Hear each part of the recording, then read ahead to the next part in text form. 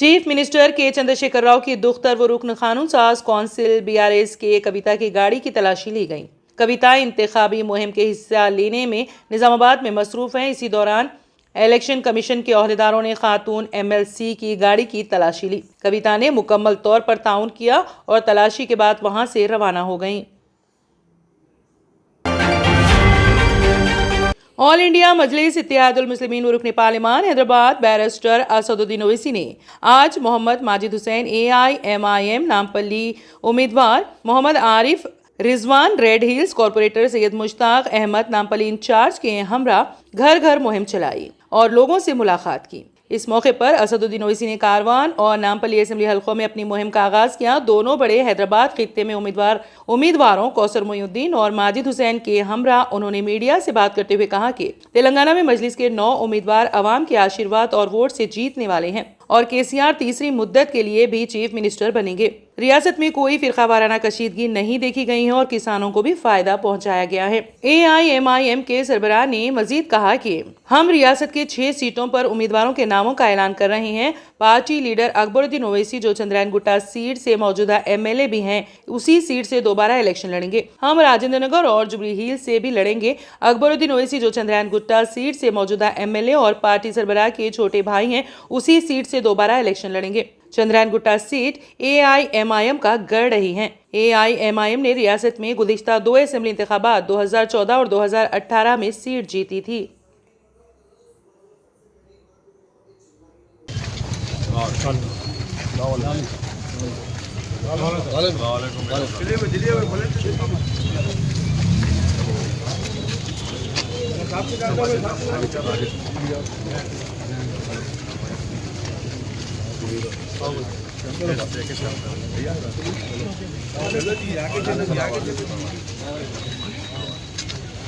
अस्सलाम वालेकुम।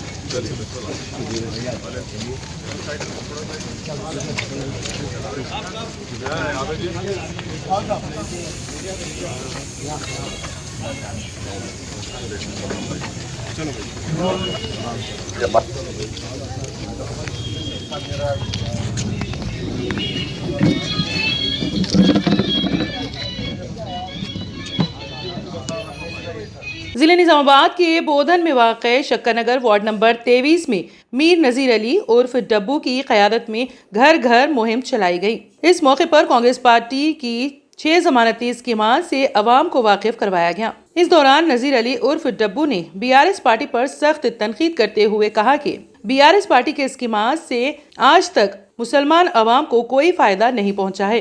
उन्होंने इस मौके पर अवाम से गुजारिश की है कि आने वाले इलेक्शन में कांग्रेस पार्टी को भारी अक्सरियत से वोट देकर उन्हें कामयाब बनाएं। आज शक्करनगर में कल से कांग्रेस की जो रैली निकली, अल्हम्दुलिल्लाह हर जगह जाने के बाद पब्लिक में एक खुशी सी महसूस हो रही है कि कांग्रेस को फिर से लेके आएंगे इंशाल्लाह। फिर से तेलंगाना में और बोधन में कांग्रेस का झंडा लहराया जाएगा। जो 10 साल TRS गवर्नमेंट के जो जुल्म पब्लिक सही है, उससे यहाँ के MLA साहब और TRS गवर्नमेंट से पब्लिक बदंद हो चुकी है। ना तो एक किस्म का डेवलपमेंट नहीं है, कुछ नहीं है। ना बच्चों को आज तक बच्चे तालीम हासिल हो के 10 साल से बच्चे बेरोज़गार पड़े हुए हैं। ना एक राशन कार्ड बना सकी है गवर्नमेंट। एक राशन कार्ड में 10 साल होगा बच्चों की शादियाँ हों के, अभी तक राशन कार्ड में इंक्लूड नहीं हुआ नाम। ना राशन कार्ड बना, ना बच्चों को नौकरियाँ लगे। खुद हमारे MLA साहब 10 साल के अरसे में कभी एक बार असेंबली में ना फैक्ट्री के बारे में आवाज़ उठाए, ना माइनॉरिटीज़ के बारे में उठाए। बात करें कि मैं एक मुसलमान बोलते, कभी मुसलमान के इशू पे आवाज़ उठाए नहीं उठाए। आप निपुर शर्मा के केस में जब 6 बच्चे। तेलंगाना बीजेपी ने अपने उम्मीदवारों की चौथी फहरिस्त जारी कर दी है। 12 हलकों के उम्मीदवारों का ऐलान कर दिया गया है। चेन्नूर से दुर्गम अशोक, एला रेड्डी से शुभा रेड्डी, विमलवाड़ा से T उमास, हुस्नाबाद से B श्रीराम चक्रवर्ती, विकाराबाद से नवीन कुमार के बशमूल गदवाल मिरियालगुड़ा से उम्मीदवारों का ऐलान किया गया। ताहम जनासेना पार्टी को दी गई नशिस्तों के मामले पर कोई वजाहत नहीं की गई है। बीजेपी जिसने अब तक 100 उम्मीदवारों का ऐलान किया है, मजीद 19 सीटों पर उम्मीदवारों का ऐलान नहीं किया। जनासेना पार्टी को ये हल्का छोड़ देने का इम्कान है। तेलंगाना के जगतियाल असेंबली हल्के में एक 82 साला मुअम्मर खातून ने इलेक्शन लड़ने के लिए अपना पर्चे नामजदगी दाखिल किया। करीमनगर जिले के गंगाधर मंडल के करकियाला गांव की बूढ़ी खातून चिट्टी श्यामला अपने रिश्तेदारों के साथ जगतियाल पहुंचकर रिटर्निंग ऑफिसर के पास पर्चे नामजदगी दाखिल किया। खातून ने बताया कि उसका बड़ा बेटा श्री राम राव अदालत में उसके खिलाफ मुकदमात दायर करके परेशान कर रहा है, जिससे वो जाती मकान रख कर भी किराए के मकान में रह रही हैं। इसलिए वो बतौर एहतजाज अपना पर्चे नामजदगी दाखिल करते हुए हल्के की आवाम और ओहदेदारों को अपने बेटे की हरकत से वाकिफ करवाने का फैसला किया है। कांग्रेस की जनरल सेक्रेटरी प्रियंका गांधी वाड्रा ने कहा है कि महंगाई और बेरोजगारी आज मुल्क के सबसे बड़े मसाइल हैं और मुल्क को रोजगार फराहम करने वाली कंपनियों को हुकूमत ने कुछ सनतकारों के हवाले कर दिया है, लिहाजा इस मसले का हल निकालना पड़ेगा।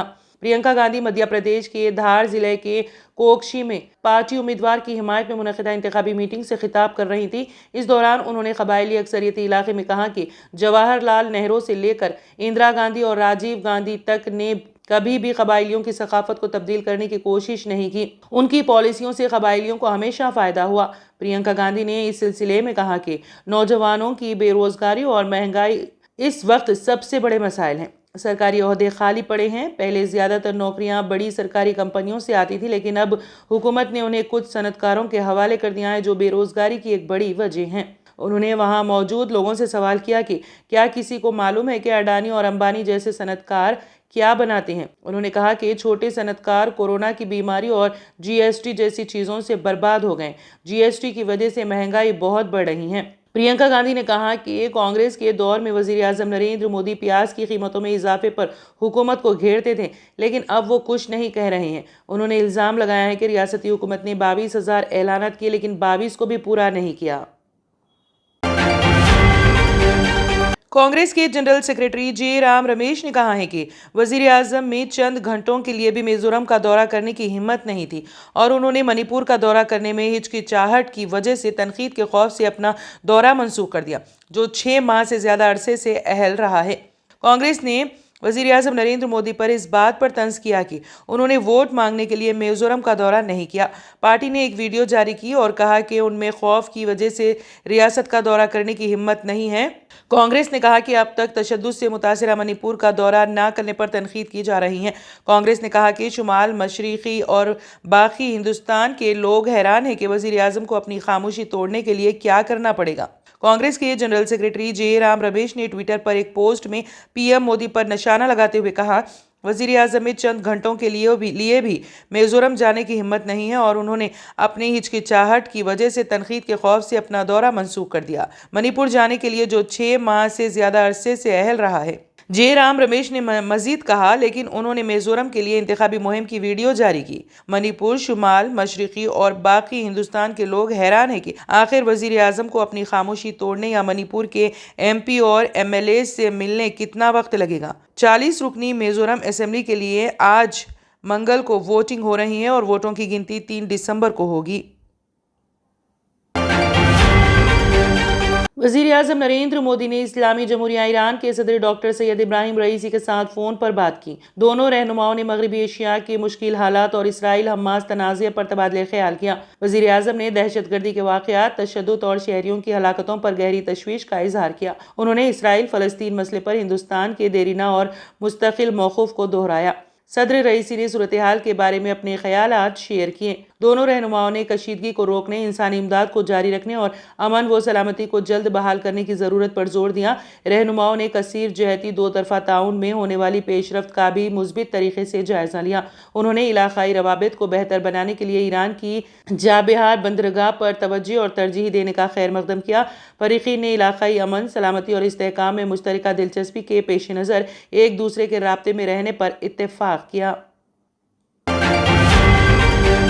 मरकजी हुकूमत के पेंशन याफ्तगान के ज़िंदगी की आसानी को बढ़ाने के लिए पेंशन और पेंशन याफ्तगान की बहबूद का महकमा डिजिटल लाइफ सर्टिफिकेट DLC यानी जीवन प्रमाण को बड़े पैमाने पर फ़रोग़ दे रहा है। 2014 में बायोमेट्रिक आलात का इस्तेमाल करते हुए DLC जमा करवाना शुरू किया गया। इसके बाद महकमे ने इलेक्ट्रॉनिक और इत्तलात टेक्नोलॉजी की वजारत MEITY और UIDAI के साथ मिलकर आधार डेटा बेस पर मुबनी चेहरे की तौसीक़ करने वाली टेक्नोलॉजी का निज़ाम तैयार किया, जिसके तहत किसी भी एंड्रॉइड्स पर मुबनी स्मार्टफोन से लाइफ सर्टिफिकेट LC जमा करना मुमकिन है। इस सहूलत के मुताबिक चेहरे की तस्दीक की टेक्निक के जरिए किसी शख्स की शिनाख्त कायम की जाती है और DLC तैयार किया जाता है। नवंबर 2021 में शुरू की गई इस अहम टेक्नोलॉजी ने बैरूनी बायोमेट्रिक डिवाइस पर पेंशन याफ्तगान का इन्हिसार कम किया और स्मार्टफोन पर मुबनी टेक्नोलॉजी का फ़ायदा उठाते हुए इस अमल को आवाम के लिए मज़ीद काबिल रसाई और सहल बना दिया।